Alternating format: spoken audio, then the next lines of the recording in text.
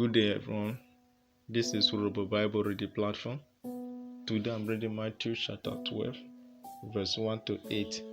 in Urobo language. I'll be Matthew Uyoyi Ronyi Ikwive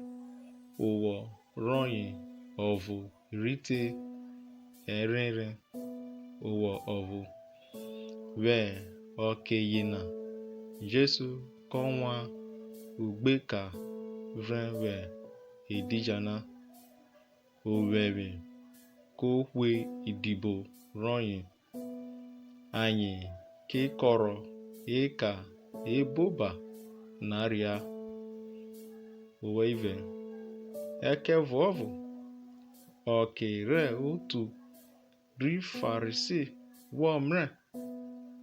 Anyị data kene Nige Idibo nwe rue obori jefo we edijana wera ekevovu odatake ayene onwa jise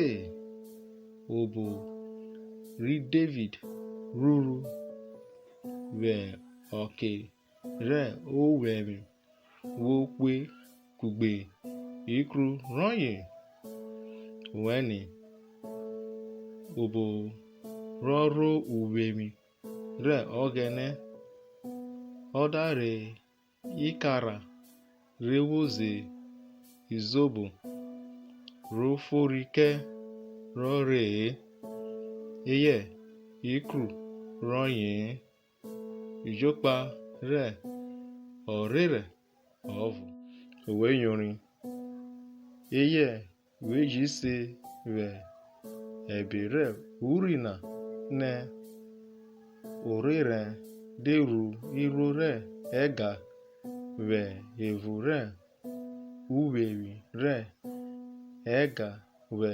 edijana yocho uri owesa eke vuovu metake owane okwo ovu rọrụ no uwemi re egana etine owegre ọdadiane onwa ye ụtọ re ụta nana megwono aruedo ọdia izobo mane onwa gbise rorie we ọrọre ase owerere kidie ọmọ rẹ okwo oyin olórí rẹ edijana wọn kó bíró.